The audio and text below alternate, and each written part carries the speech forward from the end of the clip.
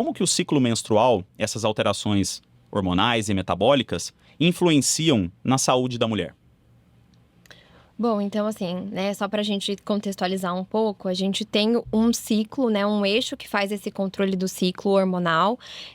Então, um eixo hipotálamo, hipófise, que vai ter o controle sobre o ovário e onde a gente vai ter essa variação hormonal. E o que a gente vem, né, batendo e conversando com as pacientes é o quanto que esse ciclo também tem interferência de outros fatores, né? Fatores inflamatórios, metabólicos, de estilo de vida, que vão interferir junto com esse eixo na saúde das mulheres, né? Eu acho que é importante a gente tentar entender um pouquinho como é que funciona esse ciclo, né? Então, basicamente, para aquelas mulheres que menstruam de forma natural, né, que não estão usando nada de anticoncepcional, porque isso vai ter uma certa interferência no ciclo, a gente tem quase que duas fases bem demarcadas. A primeira, que, grosso modo, a gente tem mais influência do estrogênio, e a segunda, que a gente tem mais influência da progesterona.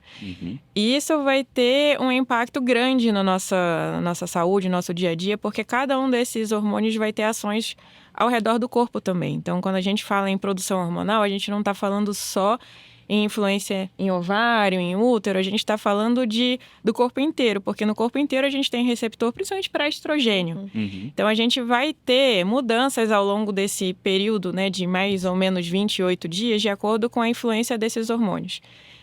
Isso para tudo, desde influência no humor até influência na quantidade de caloria que a gente gasta, que a gente consome, até influência no que a gente quer comer por conta disso. Então, numa segunda fase do ciclo, que a gente tem uma tendência a reter mais líquido, às vezes a gente tem uma tendência de também querer se alimentar mais por conta de um aumento na necessidade metabólica. Então, a gente vai ter interferência por conta desses hormônios. Se a gente tem qualquer tipo de interrupção desse processo, seja aí como a Rafa falou, né, de influências externas, nem que seja medicações ou do estilo de vida também, a gente vai ter, inclusive, alterações nesse processo dessa variação cíclica hormonal. E tanto que, né, hoje a gente tem ainda bem mais conhecimento de que, por exemplo, né, os transtornos disfóricos da pré-menstruação, que seria uma TPM bem acentuada, a síndrome dos ovários policísticos, a endometriose, ou até algumas questões de falta de menstruação, a gente tem interferência de fatores externos juntamente com esse ciclo hormonal interferindo. Então, a gente não vê mais a paciente apenas como esse ciclo hormonal, essa variação hormonal, e sim como um conjunto de fatores. Então, essa paciente precisa entender que, além da questão hormonal, a gente vai ter que manejar outros pilares do dia a dia dela, do estilo de vida dela, para que a gente consiga, né, promover mais qualidade de vida, mais conforto e dar aí mais disposição, enfim, a depender da demanda da paciente e das questões que a gente avaliar. Perfeito. E é interessante sempre associar essa relação entre a fisiologia da paciente e o meio em que ela está inserida, né? Então, existe uma influência tanto da fisiologia dela em como ela se comporta e todos os hábitos que ela desenvolve, mas também dos hábitos que ela desenvolve dentro dessa fisiologia, que ainda que exista ali uma certa definição biológica do que deve acontecer, influências externas também podem acabar aumentando, diminuindo alguns hormônios. Isso se manifestar, por exemplo, em alterações tanto do ciclo quanto de outros sistemas. Mas quando a gente fala da especialidade em si, ginecologia e obstetrícia, talvez a obstetrícia esteja, na população geral, relacionada ao parto, aos cuidados com o parto em si. E a ginecologia, muitas vezes, é erroneamente associada apenas com esse período do menacme, né, que é entre a primeira menstruação e a menopausa da mulher. O quanto, mesmo antes da primeira menstruação e até mesmo depois da menopausa, essas alterações hormonais podem influenciar no desenvolvimento da mulher e também nas relações que ela tem com os seus hormônios, com as outras áreas da saúde. Hoje, né, a gente tem falado muito aí da qualidade de vida da paciente na menopausa ou no período perimenopausa, que a gente chama de climatério. Só para conceituar, né, a gente tem que a menopausa é uma data, né, a data da última menstruação dessa paciente, e a gente precisa ter um período de 1 ano sem uma menstruação para que a gente consiga fazer essa datação. tá? Perfeito. Mas essa variação hormonal desse período perimenopausa, né, do climatério, a gente tem impactos na saúde óssea da paciente por conta de questões hormonais, na questão cognitiva dessa paciente, emocional, psicológica, né? Então, toda essa redução hormonal da paciente que está nessa fase de transição, onde a gente precisa, né, às vezes, fazer uma terapia de reposição hormonal para promover melhor qualidade de vida para a paciente, não só por uma questão hormonal, mas sim por todas as questões que vêm junto e que são impactadas por essa redução hormonal. Então, risco de osteoporose, de perda óssea, né, redução de cognição, de intelectual. Então, as pacientes chegam falando, doutor, eu tô com uma memória pior, parece que eu tô mais esquecida, né, Isa? Não sei, a Isa também faz bastante atendimento. Acho que as pacientes também chegam com essa demanda aí para você. Na verdade, eu acho muito interessante o que você falou, porque não só hoje em dia, acho que já é cultural a gente encarar o ginecologista como o médico da mulher. Sim. Então, ao longo da vida inteira, a gente tem que ter esse papel, né? De se preocupar com o que vai além do ciclo menstrual, do que vai além com a fisiologia pura e simples ginecológica. E em algumas fases da vida da mulher, e eu acho que no climatério isso é muito bem demarcado, a gente tem que começar a prestar atenção em vários outros aspectos da vida dela. Então, a gente vai ter, sim, uma baixa desse estrogênio, né? Que ao longo da vida a gente tem uma produção mais aumentada ali perto da última menstruação, e depois da última menstruação a gente diminui muito a produção, principalmente do estrogênio. Isso vai ter efeito no nosso corpo inteiro, porque a gente tem receptor de estrogênio no coração, no músculo, no cérebro, no osso. Então, a gente vai ter uma tendência de diminuir massa muscular, diminuir massa óssea, de ter alterações a nível cerebral, tanto de regulação de temperatura, quanto até de memória, a padrão de sono, tudo isso pode mudar. Então, não é só uma questão de qualidade de vida em termos de sintoma que a gente tem que pensar, mas a gente tem que pensar nos aspectos que ela vai também perder ao longo do tempo por conta dessas mudanças. Então, aumento do risco cardiovascular, aumento do risco de osteoporose. E aí, essa fase especificamente é uma das que eu considero mais importantes para a gente levantar essa questão do impacto da vida no envelhecimento. Sim. Então, é ali que a gente vai ter que implementar atividade física, que se precisar de reposição hormonal, a gente vai fazer reposição hormonal, a gente vai orientar a melhorar consumo de proteína, porque querendo ou não, é muito sutil essa diferença, e às vezes são pacientes que, do ponto de vista social, estão muito jovens, né? Ativas, menopausa, né? No Brasil, a mulher brasileira ela vai parar de menstruar ali em torno dos 48, 50 anos. Ainda é uma mulher socioeconomicamente ativa, ainda é uma mulher que tem, mas que biologicamente demanda certos cuidados para envelhecer bem, envelhecer com saúde. Então, acho fundamental o nosso papel enquanto ginecologista, não só de cuidar dos sintomas desse período, mas de prestar atenção em como que vai ser esse envelhecimento para ser o mais saudável possível também. Perfeito. Porque a gente fala bastante também sobre aumento de expectativa de vida, várias outras alterações que aconteceram, mas é importante que a pessoa viva mais, mas também com mais funcionalidade. Perfeito. Não adianta viver 80, 90 anos sem funcionalidade, sem conseguir aproveitar aquilo. Como vocês falaram, cada vez mais a sociedade tem prolongado o tempo de atividade econômica, atividade sexual também, que a gente vai falar um pouco, entre outras, e ter uma boa qualidade de vida ao longo do tempo ajuda nesse aproveitar, né, o tempo que a gente tem. E a gente falou bastante sobre o aspecto mais final, que é a menopausa, né? O quanto essas alterações hormonais, todo esse balanço, impacta, por exemplo, na mulher em formação, ainda na criança, na adolescência, e quão importante é essa criança ou esse adolescente frequentar também um ginecologista? Então, é super importante até pra gente conseguir orientar essa menina, né, que tá chegando pra gente no consultório, e pra gente fazer uma avaliação de questão de desenvolvimento de caracteres sexuais secundários, então desenvolvimento da mama, pilificação, porque isso vai nortear pra gente uma referência não de fazer um exame laboratorial para dosagem hormonal, mas para a gente ter um referencial de como está sendo a evolução hormonal dessa paciente, né? Para que a gente consiga até evitar, em alguns casos, uma primeira menstruação ali precoce dessa paciente, porque isso vai ter um impacto no desenvolvimento do crescimento dessa menina. Às vezes, né, pacientes que se desenvolvem sexualmente ou até mesmo a primeira menstruação de uma forma muito precoce, ficam às vezes expostas, um pouco mais vulneráveis, então dentro daquele ambiente social ali, né, enfim, da infância, onde a gente não quer que essa criança perca, né, questões Exato. importantes da infância. Então é muito importante que os pais, quando identificarem, né, um desenvolvimento, aparecimento de pelos ou o broto mamário, né, da menina, que levem essa menina para o ginecologista para que a gente consiga ter tempo também de ter uma atuação com ela.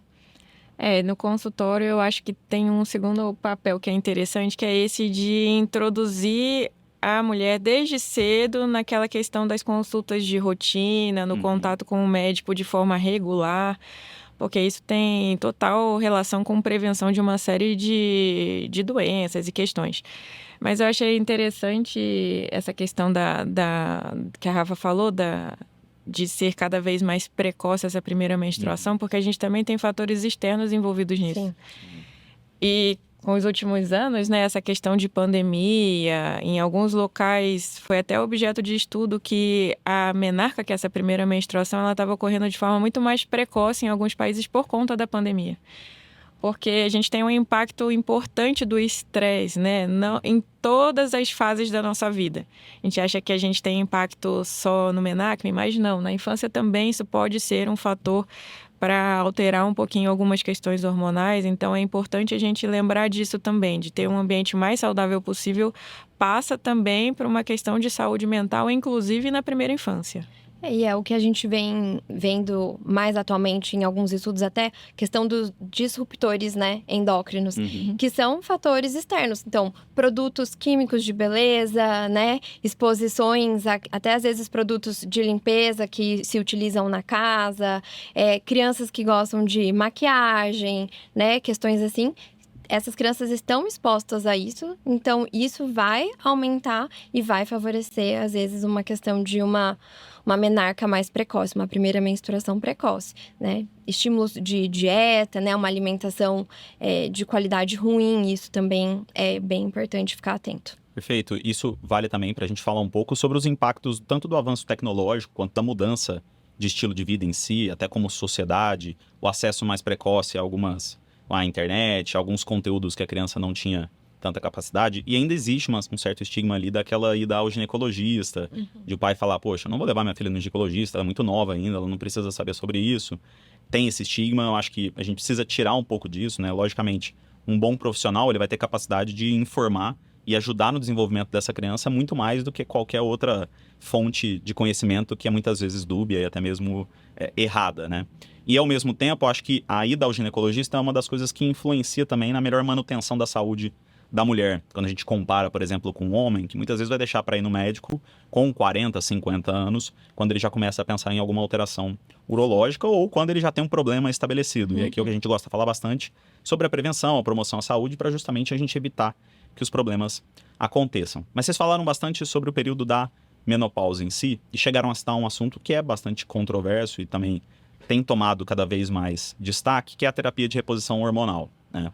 A gente sabe que com a menopausa existe uma alteração desse eixo que a gente tem, do hipotálamo, hipófise, das gônadas, alteração nos níveis de hormônios da mulher, e isso tem consequências que são, teoricamente, naturais para o corpo dela, mas que podem atrapalhar a sua qualidade de vida e que a terapia ela pode funcionar muitas vezes de forma interessante. Só que muitas vezes a gente vê, por exemplo, a terapia de reposição hormonal associada com problemas como câncer de mama, entre outros. Toda mulher ela se beneficia de terapia de reposição hormonal e quando que ela vai se beneficiar dessa utilização? Então, assim, a questão da terapia de reposição hormonal é uma ferramenta, é isso que eu gosto de falar para os pacientes, que a gente tem para ajudar essa paciente a passar por essa fase com uma qualidade muito melhor, né? A gente sempre precisa colocar que na medicina, não é só na ginecologia, não é que uma coisa é bom para todas, né? Então, a gente vai precisar avaliar o quanto essa paciente está tendo de impacto, às vezes por sintomas, O quanto essa paciente já tem algumas questões que com a terapia de reposição hormonal a gente pode beneficiar e melhorar, então uma questão já de uma predisposição de osteoporose, uma osteopenia, uma paciente que já tem uma questão de colesterol, dislipidemia, então que às vezes com a terapia de reposição a gente consegue também ajudar. Mas a gente precisa avaliar aquela paciente. Quais contraindicações a gente tem, às vezes, da terapia de reposição hormonal, né? Essa paciente tem alguma contraindicação? Sim ou não? Essa paciente está disposta também a fazer um acompanhamento assíduo durante a terapia de reposição hormonal? A gente sempre tem que expor a paciente os riscos e os benefícios. E essa paciente, juntamente conosco, avaliar se ela é uma paciente que vai se beneficiar ou não. A gente tem que ter o conhecimento e as ferramentas para orientar a paciente e disponibilizar, né, a terapia, que eu não julgo, né? Acho que é uma ferramenta que a gente tem para ajudar e a gente ajuda várias mulheres. Mas a gente sempre tem que também expor os riscos e ver se essa paciente tem alguma questão que contraindique uma terapia hormonal. E aí, se sim, a gente tentar oferecer outras ferramentas que a gente tem para tentar minimizar aí algumas questões da menopausa, né? Eu acho super importante isso que a Rafa falou da participação da paciente, né? Porque eu entendo a medicina hoje como a ausência de receita de bolo. Aquela coisa que a gente tinha, né, antigamente, de que toda paciente, tem muita gente que já vem com uma receita pronta e prescreve aquilo para todo mundo. Não é assim. As pacientes, elas são individuais, elas têm problemas, elas têm questões de saúde específicas, elas têm sintomas específicos e a gente tem que ser cada vez mais específico e mais individual nesse tratamento. Então, a reposição hormonal, ela também é individual. Vai depender do que a paciente tem por objetivo. Então, no geral, a gente vai sempre avaliar indicações e contraindicações. Então, as indicações, no geral, são os sintomas, que às vezes podem incomodar ou não a paciente. Paciente que não se incomoda, que não tem sintoma, não é uma paciente que precisa de reposição hormonal. Às vezes é uma paciente que quer fazer independente disso e tudo bem. A gente vai só alertar que existem também contraindicações, porque nenhuma medicação na medicina é isenta de risco e de efeito colateral. Ainda mais um hormônio, né? Ainda mais hormônio. Então, assim, a gente tem sim aumento de chance pequeno, mas tem de câncer de mama. Se não é uma reposição bem feita, a gente não tem, né, a proteção do endométrio. Pacientes que têm útero também podem aumentar risco de sangramento, de câncer de endométrio. Tem aspectos positivos? Sim, a gente vai diminuir risco de osteoporose, a gente pode melhorar o perfil metabólico dependendo do tipo e da via de administração que a gente usa, mas a paciente ela tem que participar disso, porque no fim das contas quem vai usar a medicação é ela. Então, ela tem que saber as indicações, as contraindicações, os riscos, os benefícios, até para ela participar dessa decisão. Eu acho que cada vez mais, não só com a terapia hormonal, anticoncepcional também é assim. Não adianta a gente chegar e prescrever no mesmo anticoncepcional para todo mundo, porque a gente vai ter ganhos secundários com o uso das medicações, que vai depender muito do estilo de vida e de cada paciente individualmente. E acho que, pelo menos das minhas pacientes, assim, eu não prescrevo terapia hormonal sem explicar tudo isso e sem orientar de que ela precisa de algumas mudanças de estilo de vida. Porque a atividade física também ajuda a maioria, se não todos os sintomas desse período de transição e vai ter aquele ganho secundário no envelhecimento saudável, né? Sim. Então, é parte da conversa do consultório alertar sobre tudo isso e indicar quais são os caminhos possíveis para a decisão vir junto da paciente, do que a gente pode fazer para melhorar a qualidade de vida dela. Perfeito. E esse ponto que você trouxe, por exemplo, da individualização do tratamento, da utilização de medicamentos, eu acredito que tem várias coisas que a gente pode fazer que servem para todo mundo. Atividade física, boa alimentação, evitar o uso de substâncias, coisas que a gente coloca aqui, sono de qualidade, como pilares de uma saúde que vão ajudar na longevidade da pessoa. Mas até mesmo esses pontos, eles têm algumas individualizações, porque, basicamente, o exercício físico ideal é aquele que você consegue fazer sempre. Sim, a boa alimentação é aquela que tá baseada em alguns pilares, mas que você consegue manter na maior parte dos dias. Então, essa individualização do cuidado, inclusive para outras áreas que a gente vai comentar aqui, que são a saúde mais epidemiológica ou geral de um país, de um sistema de saúde, e o atendimento de um médico particular, por exemplo, dentro de um consultório, que consegue aplicar de forma mais individualizada o cuidado também.